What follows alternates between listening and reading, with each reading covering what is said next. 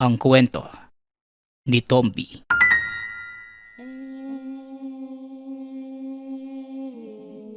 Ang kwentong ito ay hango sa totoong buhay. Mula ito sa isa nating tagapakinig. Karanasan ito ni Erwin. Walang eksaktong taon. Probinsya ng Iloilo. Maaga pa lang, nagigising na si Angelo para pumunta sa trabaho. Araw-araw nilalakad nito ang 5 kilometrong daan papunta sa kabayanan. Naninirahan itong mag-isa sa kabundukan. Mag-isa na lamang sa buhay ang binata dahil bata pa lang. Namatay na ang mga magulang at kapatid. Dahil sa malubhang karamdaman, maswerteng nakaligtas ang binata. Dahil na mga sandaling tinamaan ng sakit ang pamilya. Nasa pangangalaga ito ng tiyuhin sa kabilang bayan. Ngunit hindi lang mga kaanak ni Angelo ang namatay, kundi maging ang ilan sa kanilang mga kababaryo. Hindi na ito naagapan. Napakabilis kumalat ng sakit. Wala itong pinipili. Mapalalaki, babae, bata o matanda, at maging mga sanggol sa sinapupunan. Isinisilang nang wala ng buhay. Ayon sa mga nakakatandang nakatira malapit sa baryo nila Angelo, isang sumpa ang bumalot sa pamayanang yun. Kaya simula nang mamatay ang mga mamamayan, wala na ni isa sa kanila ang pumasok sa nasabing lugar. Umalis din si Angelo. Piniling manirahan sa kabundukan dahil na din sa hindi magandang pagtrato sa kanya ng mga tao. Ayon sa mga ito, siya ang dahilan kung bakit namatay ang isang buong baryo at kung bakit nasabi ang bagay na yun. Malalaman natin sa pagpapatuloy ng kwento. Ng mga sandaling yun, tinalikuran na ng lahat si Angelo. Ngunit may 2 taong tumanggap sa binata. Ito ay walang iba kundi ang amo na si Mang Bogart at ang kaibigang si Erwin. Ngunit walang kaalam-alam ang mga ito sa totoong pagkatao ng binata at sa taglay nitong kakayanan. Nagmamay-ari na malaking koprahan si Mang Bogart. Tinanggap nito sa trabaho ang binata at pinagkatiwalaan. Dahil na din sa kakaibang sipag at tiyaga ni Angelo, ipinagkatiwala sa kanya ang pangangasiwa ng lugar. Hindi lamang koprahan ang negosyo ni Mang Bogart. May malawak din itong taniman ng tubo at ng mga panahong yun, kinikilala bilang pinakamayamang tao sa buong bayan. O Angelo, mabuti naman at nakarating ka na. Alam kong nakakapagod ang paglalakad. O siya, mag-almusal ka na muna bago magtrabaho. Wika ni Mang Bogart. Busog pa naman po ko, amo. Isa pa, nasanay na din yung katawan ko sa ganong kahabang lakaran. Tugon ni Angelo. Naku Angelo, tigilan mo nga ako. Alam kong wala kang dalang pagkain sa paglalakbay. Huwag ka nang mahiya. Pumunta ka sa kusina. Ipinaghanda ka ni Aling Meding na makakain mo. Inutusan ko siyang gawin yon. Tuwing umaga nang sa ganon. Pagdating mo ay meron ka ng makakain. Bago magtrabaho. Nakakahiya naman, amo. Hindi ka na sana nag-abala pa? Ilang taong ka na nagtatrabaho sa akin. At kung hindi dahil sa'yo, hindi magiging maayos ang aking kuprahan. O siya, kailangan ko pang magpunta sa bayan. Ikaw na ang bahala sa lahat ha. Siya nga pala, darating mamaya yung truck na mag-aakot ng mga tuyong kopra. Ikaw na ang bahalang makipag-usap sa kanila. Alam mo naman na ang gagawin, hindi ba? Ako na pong bahala, amo. Sige na po, mag-iingat kayo. pag-uusap ng dalawa. Kakaiba ang turing ni Ma'am Bogart sa binata dahil na din sa mabuti nitong ugali, lalo na sa pakikisama sa mga katrabaho. Nirerespeto ng mga ito si Angelo dahil sa patas na paghusga sa mga bagay-bagay. Angelo, nakahanda na yung mga tuyong kopra na ikakarga natin. Wala pa din ba yung truck? Tanong ng kaibigang si Erwin. Wala pa nga, Erwin eh. Pakiusap. Sabihan mo ang mga kasama natin na wag munang uuwi mamaya pagkatapos ng pagkakarga. Tugon ni Angelo. Bakit naman? Ano bang meron? Basta, mamaya ko nilang sasabihin. Sige na, ikalat nyo muna yung mga bagong lukad na nyog para matuyo ka agad. At pagkatapos, magsipag-agahan na din kayo. Tuwing nagpapakarga ng kopra ang binata, naglalabas ng sariling pera si Angelo na ipinangmimerienda sa mga kasamahan. Kaya naman ginaganahan lalo ang mga itong magtrabaho. Lalo na kapag si Angelo ang nangangasiwa. Ito ang karaniwang gawain ng binata. Maliban sa pagsiguro ng mga produkto na kanilang ginagawa, siya din ang namamahala sa mga tauhang nagtatrabaho sa lugar. Kaya hindi maiwasang may mainggit o hindi kaya mag-isip ng masama tungkol sa kanya. Naku, usap-usapan na naman ng ibang tauhan yung pagiging malapit mo kay amo. Kesyo sip-sip ka daw. Masyadong pabida. Ikaw daw palagi yung pinapabura ni amo eh. Alam mo, Erwin, normal lang sa mga tao yung ganong pag-uugali. Hindi natin maiiwasan yung mga ganon. Hanggat alam mo na wala kang ginagawang masama, ituloy mo lang ang ginagawa mong trabaho. Yan naman yung ginagawa ko, Angelo. Kaso minsan, hindi ko din maiwasang mapikon eh. Lalo na sa grupo ng Janelle na yun. Bakit? Ano na naman ba yung sinasabi nila? Basta, ayoko na magsalita. Baka mapikong ka lang din kapag narinig mo eh. Kilala pa naman kita. Ibang klase ka kapag nagagalit. Kaya nga, wag mo na lang pansinin dahil wala din namang maidudulot na maganda yung pagpatol sa kanila. Oh, mukhang nandyan na yung truck ah. Tara na, simulan na natin yung pagkakarga nang matapos tayo ng maaga. Pag-uusap ng magkaibigan. Mapagkumbaba, pasensyoso itong si Angelo. Palaging nakatuon ang isipan sa trabaho lamang. Hindi rin ito binibigyang pansin ang mga walang katuturang bagay. Matapos ang pagkakarga ng mga tuyong kopra, nagpaalam na ang binatang uuwi. Araw din ang sweldo ng oras na yun. Kaya naman nagkayayaan ang ilan sa mga katrabahong mag-inuman. Ay, Erwin! Angelo!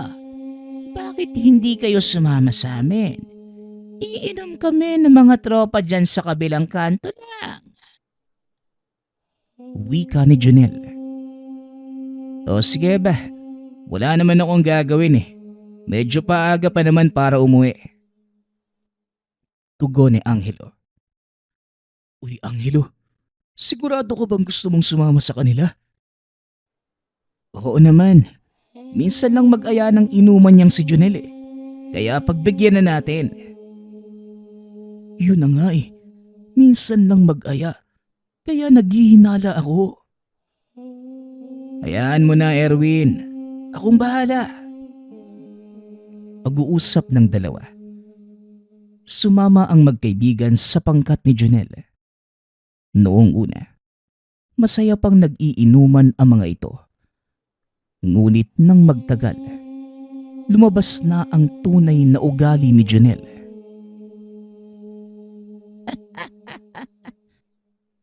Ikaw, Angelo, alam mo bang suyang-suya ako sa ugali mo? Hindi ko lang masabi sa iyo ng harapan eh. Dahil nahihiya ako kay Mang Bogart. Pero ngayong tayo lang ang nandito, sasabihin ko na lahat sa iyo. Masyado kang mayabang. Ano bang pinapakain mo dun sa amo natin? At ganyan na lang yung pagtrato niya sa iyo. Wika ni Janelle.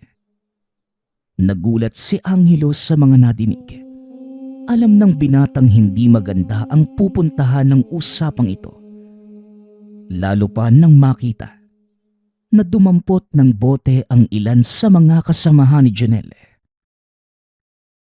Alam mo, Janelle, wala naman akong ginagawang masama. Sinusunod ko lang yung lahat ng iutos ni amo. Kaya sana, huwag niyo yung masamain. Huwag masamain. Mas nauna kami sa iyo kung tutuusin na. Pero bakit ikaw pa yung pinagkakatiwalaan niya sa koprahan? Kung nasan man ako ngayon, yun ay dahil sa kagustuhan ni amo. Wala akong magagawa kung itinalaga niya ako bilang tagapangasiwa ng koprahan. At kung tutol kayo doon, bakit hindi kayo magsabi mismo kay amo? Hindi na kailangan. Alam mo, Angelo, isa lang ang alam kong paraan para matigil na yung kayabangan mo. At dito kita tuturuan ng leksyon. Ganun ba? Pag-isipan mong mabuti yung gagawin mo, Janelle. Nakainom ka at baka pagsisihan mo yung mga mangyayari. Banta ng binata. Nagtayuan ang mga kasamahan ni Janelle. Pinaikutan si Erwin at Angelo. Tumayo si Erwin, ngunit nanatiling nakaupo ang binata. Janelle, maghunos dili ka. Tayo-tayo lang naman ng magkakasama sa trabaho. Wika ni Erwin. O ikaw, huwag ka ngang makisali. Kung ayaw mong masaktan, Erwin, umalis ka na lang dito. Tugon ni Janelle. Sige na, Erwin. Umalis ka na. Ako lang ang pakay nila. At ayoko namang madamay ka. Pero Angelo, mapapahama ka lang. Tara na, umalis na tayo dito. Hindi, Erwin. Patuloy lang lalaki ang gulo kung hindi ko tatapusin to ngayon. Pero hindi mo sila kaya, Angelo. Napapaliw ka na ba? Malalaking tao ang mga yan. At isa pa napakadami nila. Erwin, kaibigan. Magtiwala ka nga lang sa akin. Umalis ka na. At ako nang bahala. Pag-uusap ng dalawa. Dahan-dahang naglakad palayo si Erwin. Hanggang sa makapagtago ito sa likod ng puno. Pinapanood ang kaibigan kung ano ang gagawin ng mga sandaling yun. Nakatayo ang binata sa gitna ng mga kalalakihan. Nagtatawanan pa ang mga ito habang hawak ang mga walang lamang bote. Hinila ni Janelle ang damit ni Angelo at sa sobrang lakas ng pagkakahila, napunit pa ito. Hoy Janelle, sigurado ka bang ito ang gusto mong gawin? Tanong ni Angelo. Ang lakas ng loob mong magtanong ng ganyan ah. Sa bagay, ito na ang huling pagkakataong may makakausap kang tao. Tandaan mong mabuti ang mukha ko. Dahil ito na rin ang huling makikita mo. Tugon ni Janelle. Nanlaki ang mga mata ni Erwin.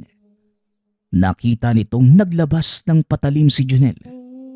Walang pagdadalawang isip nitong sinaksak ang binata. Ngunit laking gulat nito nang mabali ang patalim. Itinulak ni Angelo si Janelle, dahilan para mapaatras ito ng ilang hakbang.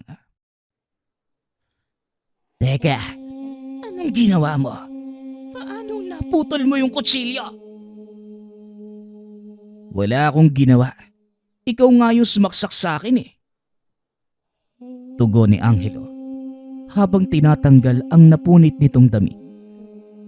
Tumambad kay Erwin ang tattoo nito sa magkabilang dibdib. Dalawang bilog na simbolo na may mga letrang nakaukit. Pinaghampas na mga kasamahan ni Jonel ang binata gamit ang mga basyo ng alak. Bagaman nababasag, hindi man lamang nasugatan ang katawan ni Angelo. Isa-isang pinagsusuntok ng binata ang mga kalalakihan. Nagulat si Jonel sa taglay nitong lakas. Matapos paggugulpihin ang mga kasamahan, ibinaling nito ang atensyon kay Jonel. Walang pagdadalawang isip itong sinugot. Pinagsusuntok ni Angelo ang kalaban hanggang sa magkalasog-lasog ang katawan. Hindi makapaniwala si Erwin sa nakita na mga sandaling yon. Ito ang unang beses na namalas ang ganong kakayanan ng kaibigan. Matapos gulpihin ang pangkat ni Jonel, umalis na sa lugar si Angelo.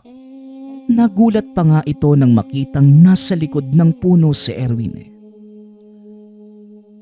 Erwin, anong ginagawa mo rito? Hindi ba't sinabihan na kitang umalis? Tanong ni Angelo. Pasensya ka na, Angelo. Hindi ko maiwasang mag-alala eh.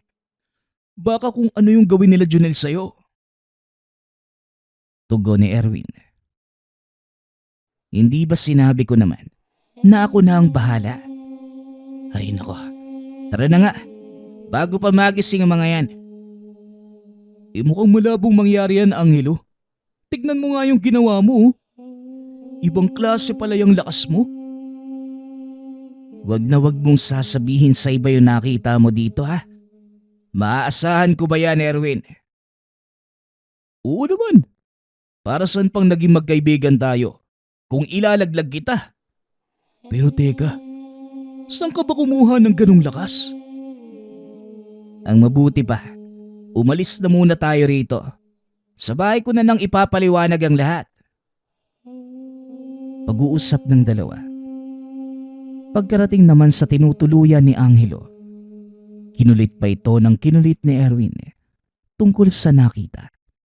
At dahil nakapagbitaw ng pangako, walang nagawa si Angelo kundi sabihin ang dahilan kung bakit ganun siya kalakas.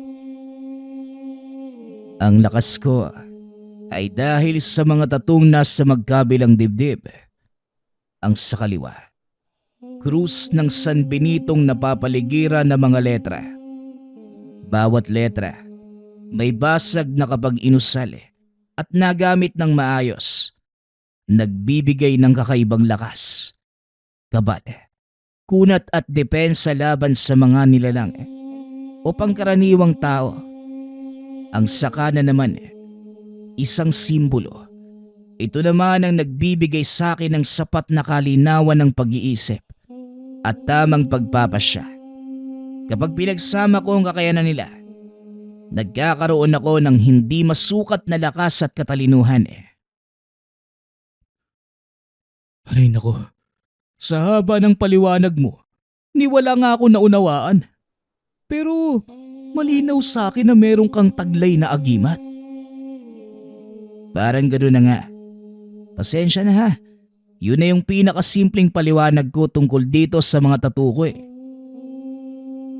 Saan naman ang galing yung mga yan? Ito ba? Nakuha ko ito nung may nakilala akong weirdong matanda. Kagaya ko, may mga ganito din siyang tattoo eh. Ang pangalan niya ay Tatang Solomon. Solomon? Taga saan naman yung matandang yun? Nandyan lang sa paligid. Hayaan mo, baka puntahan ko siya sa susunod na araw. Isasama kita. Mukhang interesante ang sinasabi mo ah. O sige, sasama ako. Gusto ko ding makilala yung matandang yun eh. Malay mo, bigyan din niya ako ng agimat. Duda ako dyan, Erwin. Pero wala namang mawawala kung susubukan eh. Ano, dito ka na ba matutulog? uuwi ka pa sa inyo. Dito na nga lang siguro. Nakakatakot ng umuwi. O sige, mabuti pa ngang dito ka na muna matulog para maaga tayo makabalik sa trabaho. Asahan mong marami tayong gagawin bukas ha. Wika ni Angelo. Matapos ang pag-uusap ay nagpahinga na ang dalawa. Hindi pa din mapalagay si Erwin. Patuloy na bumabalik-balik sa isipan ang nangyari. Kinabukasan, maagang nagising ang dalawa. Nagkape at kagad ding pumunta sa koprahan. Nanlaki ang mga mata ni Erwin nang buksan nito ang tarangkahan ng bodega. Dahil naroon na ang mga tauhan ni Janelle. Kitang-kita niya kung paanong pulbusin ni Angelo ang mga katawan nila. Kaya hindi ito makapaniwala na nagawa ng mga itong tumayo at bumalik sa trabaho. Angelo, nandito yung grupo ni Janelle. Hindi ba? Nilasog-lasog mo na yung mga katawan nito kagabi. Paano nangyari yun? Huwag kang mag-alala. Normal lang na makabangon sila. Dahil hindi naman ang pisikal na katawan ng mga yan ang nabugbog, kundi ang mga espiritu nila. At tigal po ang tawag doon. Pinaghahampas mo nga sila sa pader. Paanong espiritu lang nila yung naapektuhan? Ay nako, mahirap ipaliwanag yung mga ganyang bagay. Tara na, magtrabaho na lang tayo. Huwag kang mag-alala. Nakalimutan na nila yung nangyari kagabi. Paanong nakalimutan? Ako nga na nanonood lang. Tandaan-tanda ko yung lahat ng nangyari. Sila pa kayang nagkandabali-bali yung mga buto? Ayaw mo maniwala. Bakit hindi mo sila subukang tanungin? Pag-uusap ng dalawa.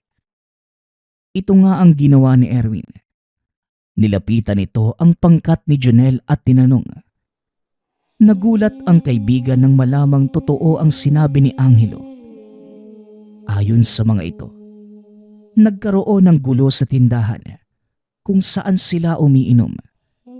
Napuruhan si Janelle at ang gumulpi sa kanila. Mga dayo mula sa kabilang bayan. Teka, paano nangyari yun? Mangkukulam ka siguro, Angelo, ano? Sira, hindi ako mangkukulam, no? Sabihin na nating may kakayanan lang akong gawin ng mga ganong uri ng bagay. Sige na, Erwin. Magtrabaho na tayo. Mamaya dumating pa si Mang Bogart Makitang wala tayong ginagawa. Wika ni Angelo. Habang nagtatrabaho, hindi pa rin mabura sa isipan ni Erwin ang nangyari. Hindi nito lubos maisip kung paanong nagawa ng kaibigan na burahin ang alaala ng mga nakaaway.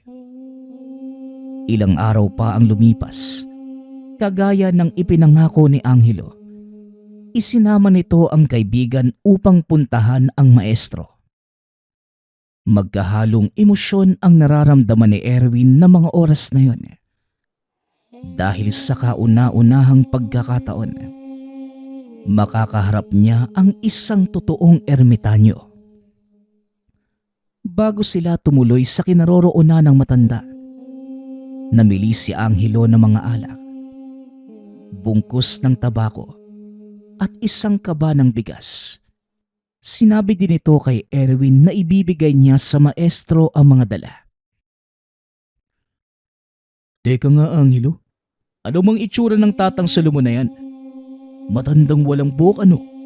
Tapos may hawak na tungkod at ika-ika pa sa paglalakad. Mali ka. Kabaliktaran ang sinasabi mo, Erwin. Mag-antay ka lang. Mamaya makikilala mo din sa Maestro Solomon. Maupo muna tayo at dito natin siya antayin. Wika ni Angelo. Naupo ang dalawa sa lilim ng malaking puno. Nasa dulo na ng bayan ang magkaibigan. Wala na halos nakatira sa lugar dahil paanan na ito ng kabundukan na sakop ng lugar. Maya-maya pa, may nakita si Erwin na isang matandang mahaba ang buhok. Puro puti, nakasuot ng damit na walang manggas. Habang papalapit ito, unti-unting lumilinaw ang itsura ng matanda. Nanlaki ang mga mata ni Erwin dahil nakita nitong napakakisig ng pangangatawa ng matanda. Puro tato ang braso hanggang sa leeg. Kinalabit nito si Angelo at tinuro ang matanda. Hindi naman siguro yan yung hinihintay natin no? Mukhang hindi naman. Tignan mo oh. Mapagkakamalan mo bang ermitanyo yung isang yan? Mas malaki pa nga yung katawan niyan sa'yo Oh, siya nga si Maestro Solomon. Halika Erwin, salubungin natin siya at dalhin mo yung mga pinamili ko sa bayang kanina. Banda doon yung bahay ni Maestro. Wika ni Angelo. Dali-daling pinasa ni Erwin ang sako ng bigas. Binitbit naman ni Angelo ang iba pa nilang dala. Naglakad ang mga ito papunta sa kinaroroonan ng matanda. Anong ginagawa ng alibughakong mag-aaral sa lugar na ito? Ano? Nabuburyo ka na ba sa syudad? Tanong ni Maestro Solomon. Magandang umaga, Maestro. Hindi naman Gusto lang kitang dalawin. Eto, may dala akong masarap na lambanog at yung paborito mong tabako galing kay Aling Gloria. Tugon ni Angelo. Ano? Sinusuhulan mo na naman ba ako? Yung huli kang nagdala sa akin na mga ganito. Nung hiniling mo yung mga dasal ng selyo. O ngayon, ano naman ang pakay mo sa lugar na ito? Wala naman po, Maestro. May ilang katanungan lang ako. Lalo na itong kaibigan kong si Erwin. Siya nga pala Erwin. Si Maestro Solomon. Katanungan. Ano na naman kaya ang maaaring itanong ng isang kagaya mo? Magandang umaga po, Maestro. Kung inyo pong mamarapatin. Kanina pa masakit ang paa ko sa kakalakad ha. Bakit hindi mo na tayo maupo? At pagsaluhan niyang masarap na lambanog. 2 buwan nang hindi nadadampian ng alak ang aking lalamunan. Hindi na naituloy ni Erwin ang tanong dahil pinutol ito na matanda. Nagtataka din ang binata dahil wala naman siyang nakikitang bahay sa paligid. Angelo, nakakatakot pala itong maestro mo, no? At nasan ba yung sinasabi niyang bahay? Wala naman akong nakikita. Magantay ka lang. Dahil kailangan ng pahintulot ni maestro para makapasok sa kanyang tahanan. Tugon ni Angelo. Ibinaling na mga ito ang tingin sa matanda. Nanlaki ang mga mata ni Erwin. Nang ikumpas ni Tatang Solomon ang kamay, biglang lumitaw ang malawak na bakurang napapaligiran ng malaking puno at napakagagandang mga bulaklak. Sa kalagitnaan nun, isang maliit na kubo ang lumitaw. Pinahihintulutan na kitang pumasok. Wika ng matanda. Bagaman nagdadalawang isip, tumuloy pa din si Erwin. Natatawa naman si Angelo sa reaksyon ng kaibigan. Tila ayaw nitong humakbang sa takot na baka kung ano ang mangyari sa kanya. Oh, anong nangyayari sa'yo? Tumuloy ka na! Wika ni Angelo. Ano bang klaseng pinata ito? Ang laki-laki ng katawan mo natatakot ka. Wala kang dapat ipag-alala. Hindi kita ipapakain sa mga alaga kong sawa. Napalunok ng laway ang binata nang marinig ang sinabi ni Tatang Solomon. Sawa? Totoo ba yung sinasabi mo, maestro? Oh, pero wag kang maniwala sa kanya. Dahil hindi naman kumakain ng tao yung alaga niyang sawa. Kakaiba yon. Mga gulay at prutas yung kinakain. Pero minsan, pinapainom niya ito ng sarili niyang dugo. Wika ni Angelo. Marahang naglakad ang mga ito papasok sa kubo. Noong una, hindi pa rin mapakali si Erwin. Ngunit kalaunan, nawala na sa isipan ng binata ang mga misteryosong bagay sa paligid. Dahil na din sa sobrang kalasingan, hindi na nito napipigilan ang sariling magsalita. Hanggang sa maitanong kay Tatang Solomon ang tungkol sa kakayanan ni Angelo. Tatang, sabihin niyo nga po, ano ba talaga yung sikreto nitong kaibigan ko? Bakit ang lakas niya at hindi pa tinatabla ng bala? Tanong ni Erwin. Napatingin si Tatang Solomon kay Angelo na nooy napapakamot na lamang ng ulo. Mukhang may kailangan kang ipaliwanag sa akin, Angelo ha. Sabihin mo nga sa akin, paano nalaman ng kaibigan mo ang tungkol sa mga kaalamang itinuro ko sa'yo? Tanong ni Tatang Solomon. Napabuntong hininga na lamang si Angelo. Wala nang nagawa pa kundi sabihin ang mga nangyari. Ganito po kasi yan, maestro. Pinagtulungan kami ng mga kasama ko sa trabaho. Wala na akong maisip na paraan eh. Kesa naman kami ang mamatay na mga oras na yun eh. Ginamit ko ang mga itinuro nyo sa akin eh. Isa pa, hindi po ba para sa mga ganong pagkakataon naman ang kakayanan ko? Hindi kita tinuruan para manakit ng ibang tao, Angelo. Alam mo ang alituntunin ng mga aral na itinuro ko sa'yo. Gayon pa man, nangyari na ang dapat mangyari. Hindi na natin may babalik pa ang panahon. Kaya wag mo na lamang uulitin. Wika ni Tatang Solomon. Napuno ng aral ang tenga ni Angelo ng araw na yon. Ikwinento di na matanda ang kakayanan ng binata kay Erwin. Ayon dito, ang dalawang marka sa magkabilang dibdib ng binata, simbolo ng dalawa sa pinakamakapangyarihang selyo sa mundo. Ang krus ng San Benito, kasama ang mga basag na letrang nakaukit doon, at ang selyo na nagbibigay talino sa kanilang mga ninuno. Kapag pinagsama ang dalawang yun, magkakaroon ng kakaibang lakas ng pangangatawan at katalinuhan sa pagpapasya ang taong may tangan.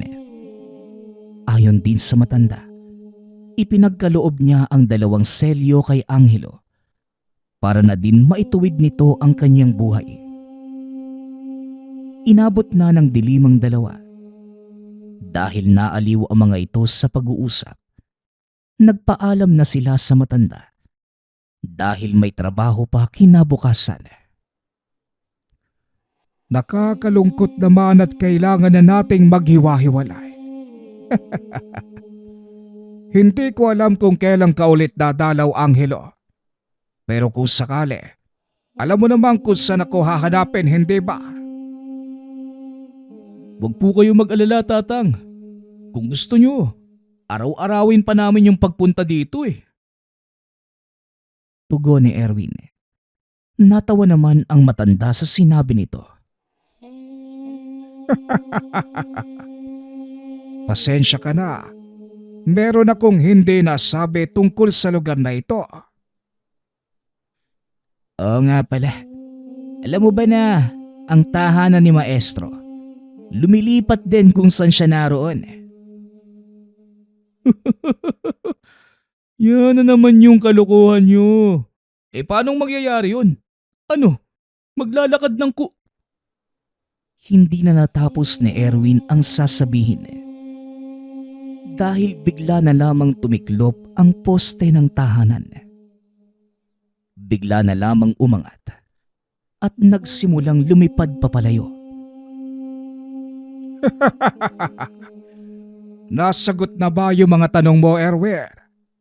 O siya, mukhang nagmamadali na yung bahay ko. Baka maiwan ako. Hanggang sa susunod nating pagkikita. Palagi kang mag-iingat, Angelo. Wika ni Tatang Solomon. Kumaway na lamang si Angelo bilang pagtugon. Samantalang si Erwin naman tulala pa din at hindi makapaniwala sa mga nangyayari. Nang mga sumunod na araw, muling nagkita ang dalawa. Parang walang nangyari. Ngunit malinaw pa din sa isipan ni Erwin ang lahat. Alam nitong totoo ang lahat-lahat ng nakita. Inakala ni Erwin na yun na ang pinaka nakakamanghang pangyayari sa buhay. Ngunit lingid sa kanyang kaalaman, isang kaganapan pa ang darating na lalong magpapakilala sa kakayanan ng kaibigan. Naglalakad pa uwi ang dalawa. Nang mapadaan sila sa nayong sinilangan ni Angelo, ikwinento ng binata ang lahat tungkol sa lugar. Hindi din naman lingid kay Erwin ang naganap doon. Ngunit nagulat ito nang malamang dito isinilang at lumaki si Angelo. Pasensya ka na kung hindi ko sinabi sa'yo. Pero dito ako lumaki, Erwin. At sinasabi ng mga dating nakatira sa lugar na ito na ako daw ang dahilan kung bakit nagmistulang sementeryo ang lugar na ito. Maraming taon na ang nakakaraan. Wika ni Angelo. Iniikot ni Erwin ang tingin sa paligid. Nakikita nito ang mga lumang tahanan. Punong-puno na ng mga baging at matataas na talahib ang lugar. At sa bawat harapan ng mga tahanan, may mga krus na nakatarak. Ang ilan, 3, 4 hanggang 5 krus. Ang mga krus na yan, tanda ng mga libingan.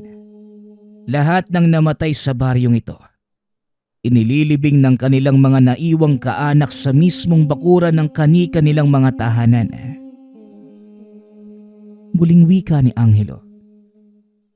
Napansin ni Erwin ang lungkot sa boses ng kaibigan.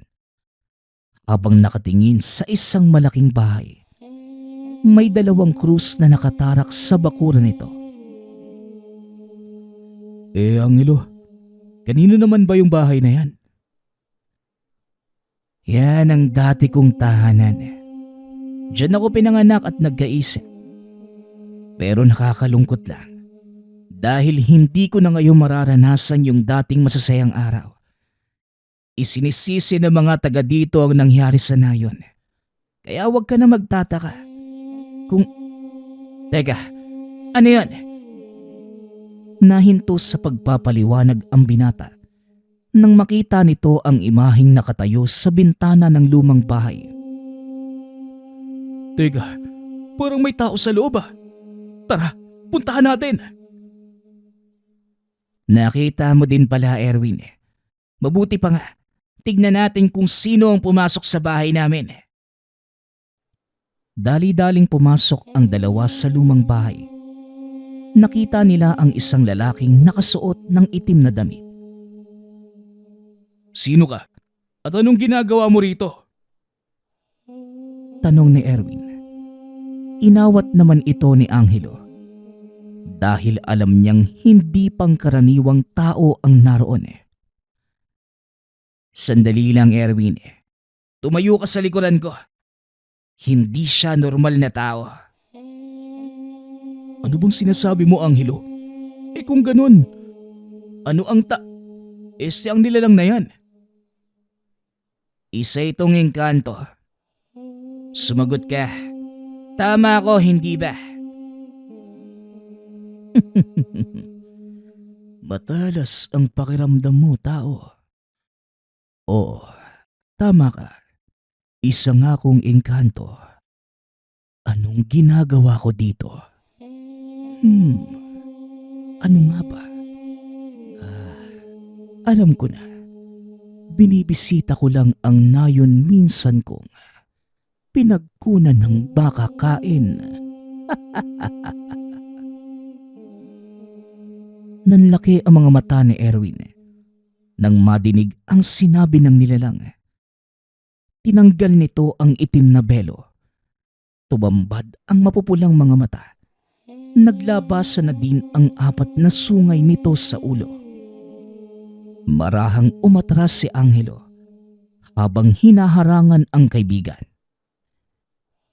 Kung ganon, Ikaw ang may gawa ng pagkamatay ng mga tao rito. ako. Hindi ba ikaw nga ang sinisisi nila? Ikaw ang may dala ng sumpa. At dahil yun sa'yo, Mali ka. Dahil sa amin, hindi lang ako ang natuwa sa pagkain mula sa nayong ito, kundi maging ang aking mga kauri. Wika ng nilalang. Biglang naglabasan ang maraming kamukha nito. Pinalibutan ng mga ito ang dalawa. Kinapa ni Erwin ang maliit na punyal sa kanyang tagiliran. Ngunit kagad itong inawat ni Angelo. sandali lang Erwin. Walang silbi ang patalim na yan sa kanila. Amin na ang mga kamao mo. Wika ni Angelo. Dali-daling hinawakan ang 2 kamao ng binata. Inusala ng dasal. Nakaramdam ng kakaibang lakas si Erwin. Iyon ang unang beses niyang naramdaman ang enerhiyang ito. Teka, anong ginawa mo sa akin, Angelo? Saka ko na ipapaliwanag ang lahat. Sa ngayon, gamitin mo ang lakas na yan. Tulungan mo ko sa mga ito.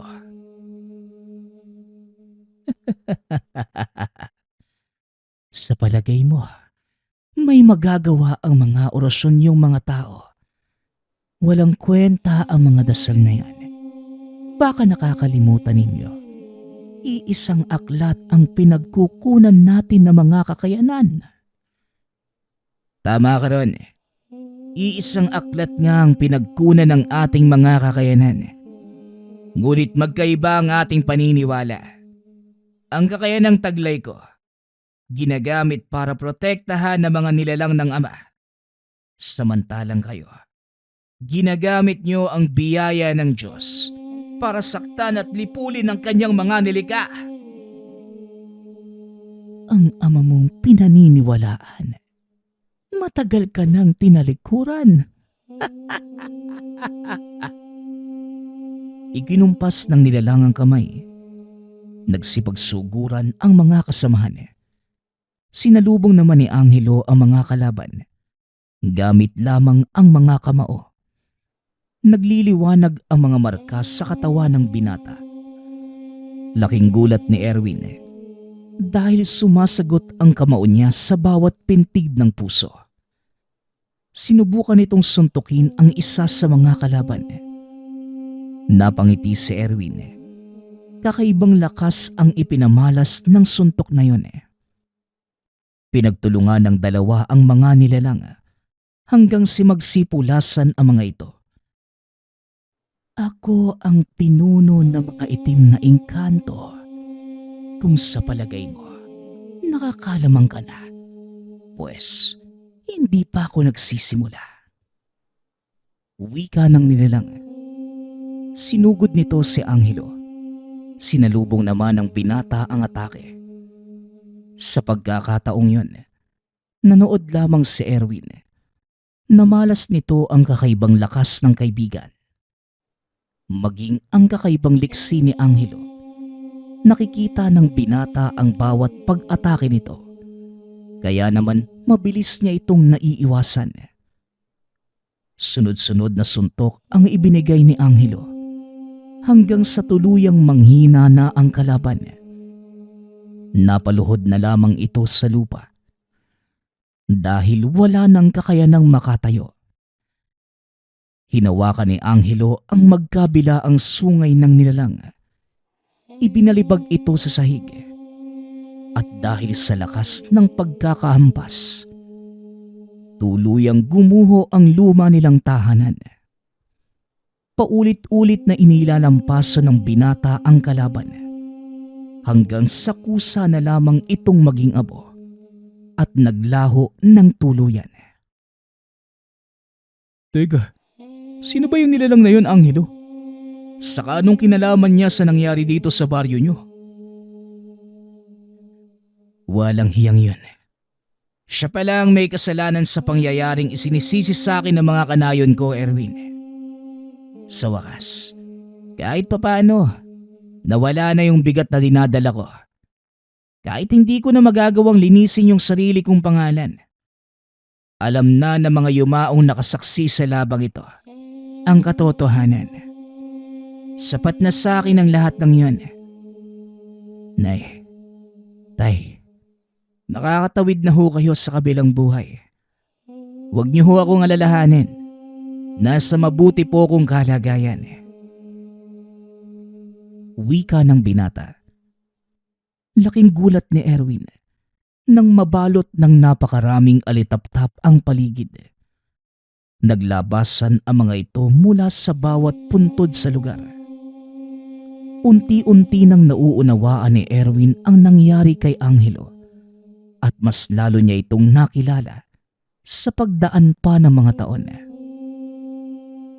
Patuloy na naging matalik na magkaibigan ang dalawa hanggang sa nagpasya si Angelo na sundan ang yapak na maestro. Bigla na lamang itong nawala at hindi na nakita. Hanggang sa maraming taon nang lumipas, nagkaroon ng sariling pamilya si Erwin. Inakala nitong hindi na sila magkikita pa ng dating kaibigan. Hanggang sa sumapit ang dapit hapon sa kanyang buhay. Kasalukuyang nakaupo si Erwin sa tumba-tumba nang maaninag nito ang imahe ng isang lalaki. Kagaya niya, puti na din ang buhok nito at may hawak na tungkod.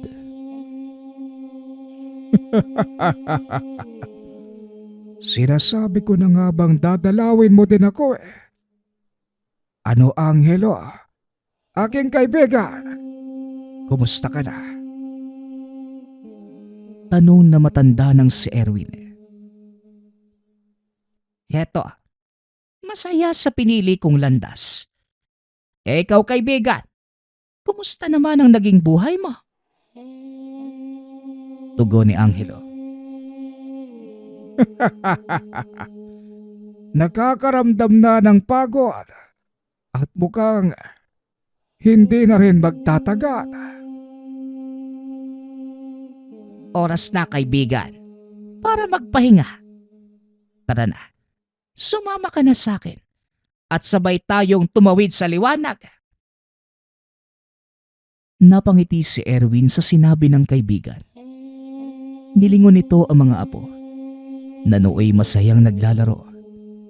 Lingid sa kaalaman na matanda na nakasilip sa pinto ang kanyang panganay na anak. Nakita nitong iniunat ni Erwin ang kamay ng ilang segundo. Matapos ay bigla itong bumagsak.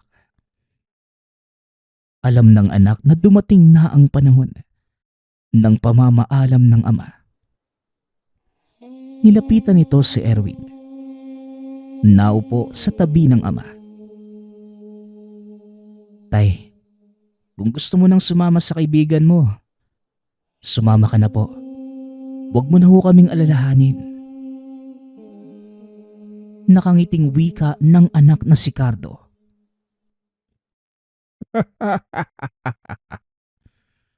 Pasensya ka na, anak.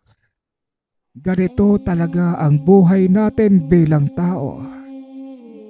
Kailangang magtapos ang bawat yugto para meron muling magsalita na panibago.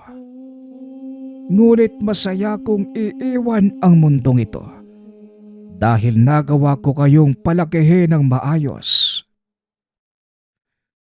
At yun po yung pinakamagandang nangyari sa buhay namin, Tay. Nagkaroon kami ng isang mabuting ama. Kagaya nyo. Magpahinga na ho kayo, Tay. Kami na ho yung pahala sa mga naiwan mo. Ngumiti si Erwin. Marahang ipinikit ang mga mata. Nadinig pa ni Cardo ang huling katagang ibinulong ng ama. Tara na, Angelo, kaibigan. Handa na akong tumawid sa liwanag. Wika nito. Matapos ay tuluyan ng binawian ng buhay ang matanda. Ngunit bago pa man tuluyang magtapos ang buhay, naikwento nito ang mga karanasan, dahilan kung paano nakarating sa atin ang kwento ni Erwin at ng matalik niyang kaibigan, si Angelo. Nagpapasalamat nga pala ako sa lahat ng sumusuporta sa ating channel. Nawa ay patuloy niyong suportahan at pakinggan ang ating mga kwento. Hanggang sa muling pakikinig. Paalam.